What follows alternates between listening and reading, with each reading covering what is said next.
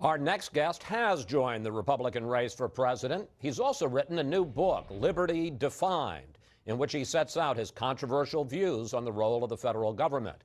Congressman Ron Paul, welcome to Fox News Sunday. Thank you. It's nice to be here. You're a member of the House Financial Services Committee. I got to ask you first about the stunning arrest of the head of the IMF, Dominique Strauss-Kahn, for alleged sexual assault in a hotel room in New York, dragged off an airplane yesterday. Your reaction, sir?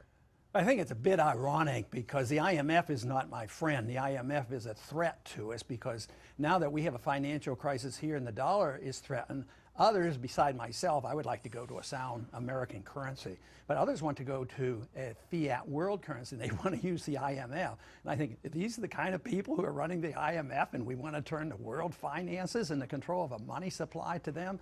So I think it's rather interesting that we have that kind of an individual, and I think that should awaken everybody to the fact that they ought to look into the IMF and find out why we shouldn't be sacrificing more sovereignty to an organization like that and individuals like he was. You're being taken, I think it's fair to say, more seriously by the media this time, frankly, including me, because your issues, limiting the size and scope of government, adhering to constitutional principles, are center stage for the Republican Party this time around.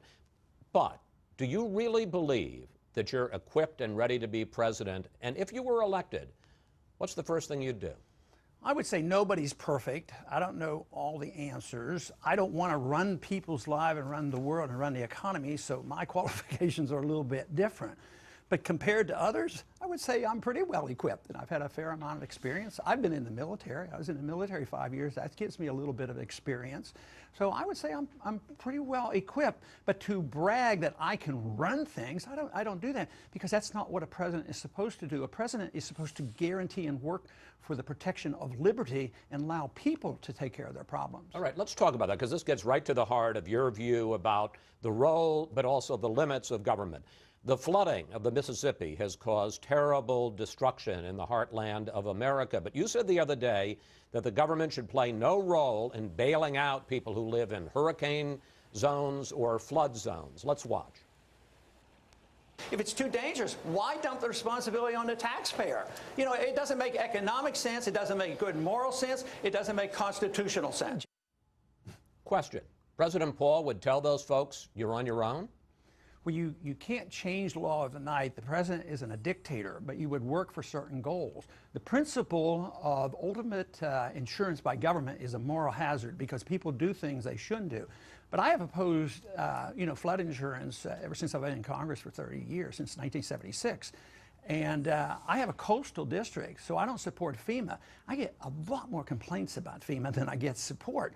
Of course, if it's a program, you know, there's a lot of programs I would do away with, but in the meantime, I'd work to manage them responsibly. Matter of fact, I've introduced legislation that would make Social Security more an insurance program, make it responsible, even though those things aren't technically proper. So, no, FEMA is a problem. You brought up the subject, of the Mississippi. FEMA is more or less in charge, but their decision now, because of government levies, because of the flood, and no natural result and taking care of this flood, they have a decision to make. Okay, down the Mississippi and flood this city, or down here and flood some innocent farmers. I mean, this is the kind of dilemma that wouldn't happen in a society that didn't expect the government to solve our problems, but to expect the government and people who aren't benefiting to pay for me to live on the beach and get my house blown down. That's not morally correct. It's not in the Constitution that that's what we're supposed to be doing. But and I want to drill down on this. Critics say that's the problem with your libertarian views, and they say it extends to your belief, and we discussed it in the South Carolina debate, that heroin and even prostitution should be legal if states decide to allow it. Michael Gerson, who was the chief speechwriter for George W. Bush, wrote this week. It is social Darwinism. It is the arrogance of the strong. It is contempt for the vulnerable and suffering. I have no idea what he's talking about. Anyway, it makes no sense. But the question... Well, he's basically saying... But he's saying... Well, all right, here's what I think he's trying to say. The government has a role to enforce social norms and to protect people. And if you accept that, they can accept everything you do with your life, and everything you do, that justifies all the economic intervention, that justifies the intervention in freedom of speech, it subjects interference on our religious value. But to take my philosophy of freedom and the Constitution, property rights and contracts, and turn it into a cliche and say, oh, you're for legalizing heroin, that is so grossly distorting my views. I want to legalize freedom of choice. I want to enforce states' rights. I don't like prohibitions. Prohibition of alcohol was horrible. States' control of this is one thing. We had 150 years where heroin and cocaine were legal. At the same time, if you regulate those values, you can regulate homeschooling, you can regulate private schooling, you justify all these regulations. And if you're for freedom, this whole idea that we can't be responsible for ourselves, you remember the reaction that, oh, we're safe and secure and smart because we need the government to tell us what to do. But history shows that individual choice, most people make good choices. And the big important here is, as a physician and one that has studied this issue very well, drug usage and drug addiction should be a disease like we treat alcoholism. And what we have done to these people in filling our prisons for nonviolent crimes, that whole thing is being reassessed. And I think the politicians and the pundits are way behind the people on this issue. You talk a lot about the Constitution. You say Social Security, Medicare, Medicaid are all unconstitutional. Technically they are, but I Why? also just... Why? Because there's no authority there. Article 1, Section 8 doesn't say I can set up a insurance program for people. What part of the Constitution you get from? The liberals are the ones that use this general welfare clause. Well, okay, all right. Well, I don't know that I'm a liberal, but let's put it up on the screen, because that's exactly the point. Article 1, Section 8 of the Constitution. The Congress shall have the power to lay and collect taxes, to pay the debts and provide for the common defense and general welfare of the United States. Doesn't Social Security come under promoting the general welfare? Absolutely not. Why general not? welfare is the general condition. Maybe sound currency is general welfare. Maybe markets, maybe a judicial system, maybe a national defense. But this is specific welfare. This justifies the whole welfare state.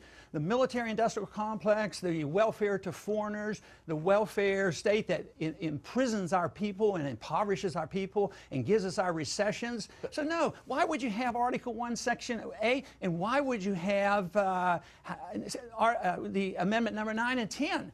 That means there's no reason for Article 1, number 10. If you believe that, the General Revenue Clause, that is such an extreme liberal viewpoint that has been mistaught in our schools for so long, and that's what we have to reverse, that very notion that you're presenting. Congressman, it's not just a liberal view. It was the decision of the Supreme Court in 1937 when they said that Social Security was constitutional under Article 1, Section 8 of the Constitution. And the Constitution and the court said slavery was legal too, and we had to reverse that. So I tell you, just because a court in 37 went very liberal on us and expanded the role of government, no, I think original intent is not a bad idea. I think limitation of government power, if we aren't clear on this, we're going to get into a mess. Our government's going to get very big, and we're going to have a very big deficit, and we're going to have a financial crisis, and it's this type of thinking that is leading us to that very problem that we're facing today. You caused a stir this week when you told an Iowa radio station that President Obama was wrong to order a secret raid to get bin Laden without telling the Pakistani government first. Let's listen. I don't think it was necessary, no. No, it wasn't necessary to do. It was absolutely not necessary, and I think respect for the rule of law and world law, and international law. You really believe that we could have trusted, let me just ask the question, you really believe we could have trusted the Pakistanis not to warn bin Laden? Well, not under today's circumstances is a big problem, but see, you distorted that. You said it was wrong. That is not, I didn't even use the word wrong. I said it could have been done differently.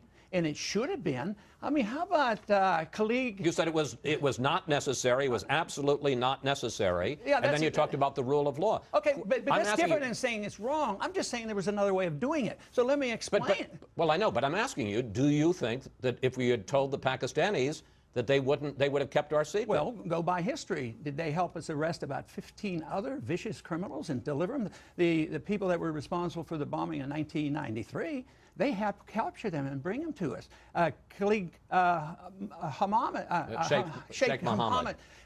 They helped us capture him. But, you know, why are we having trouble with the government? Why are we stirring up a civil war in Pakistan? It's because we've been bombing him. This emphasizes so clearly when I'm talking about my foreign policy.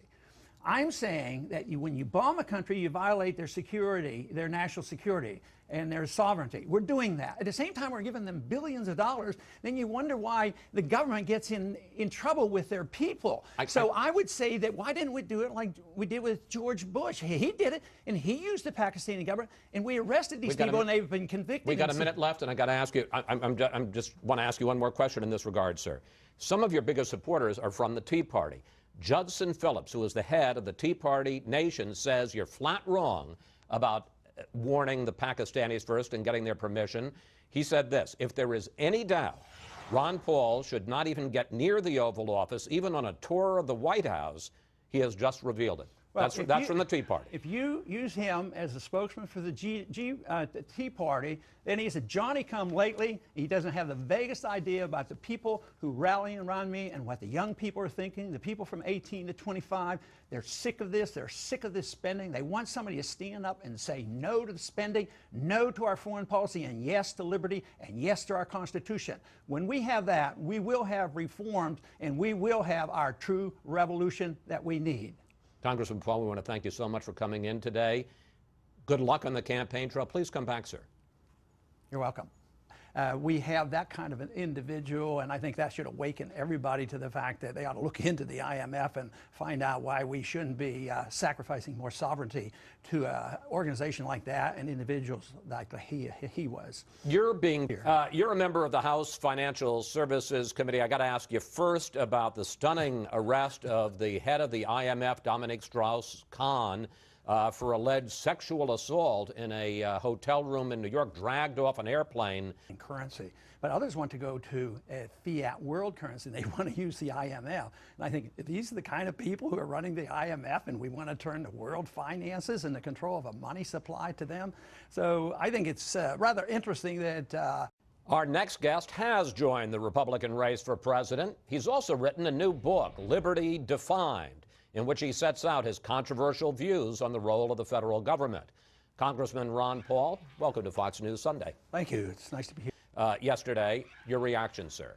I think it's a bit ironic because the IMF is not my friend. The IMF is a threat to us because now that we have a financial crisis here and the dollar is threatened, others beside myself, I would like to go to a sound American